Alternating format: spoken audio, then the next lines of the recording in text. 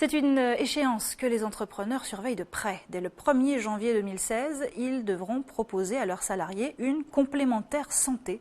Objectif de cette mesure, améliorer la protection sociale des travailleurs. À moins de 3 mois de son entrée en vigueur, certaines entreprises tardent encore à l'installer.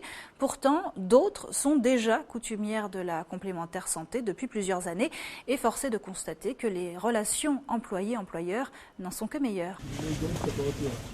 En se mettant en conformité avec la loi de sécurisation de l'emploi, d'autres secteurs vont plus loin encore. C'est le cas de la filière banane.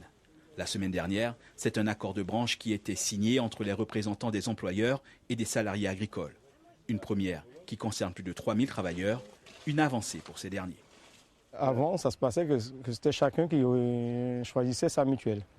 Et maintenant, par rapport aux accords qu'on a faits, c'est tout bénéfice pour l'employé. Puisque bon, là, automatiquement, et puis ils auront tous une couverture sociale. Alors que bon, avant, c'était où on prenait ou on ne prenait pas. La complémentaire santé est prise en charge à 50% par le salarié, l'autre moitié est financée par le patron. Un coût supplémentaire pour les entreprises qui pourraient en tirer tout de même quelques avantages. C'est un surcoût pour l'entreprise puisqu'on partage avec le salarié. C'est 50-50, donc c'est un surcoût. Mais en même temps, vous savez, quand on est dans une filière comme ça, il faut que les salariés soient à l'aise dans leur entreprise et qu'ils puissent bénéficier du maximum de protection qu'on pourrait leur donner. Parce qu'après, on aurait du mal peut-être à trouver des salariés. Outre celui d'attirer, de fidéliser ou de motiver le salarié, l'application de la mesure présente aussi quelques avantages fiscaux pour l'entreprise.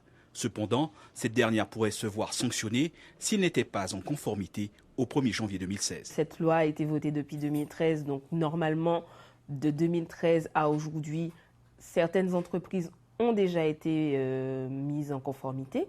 Pour celles qui restent, il faudra le faire.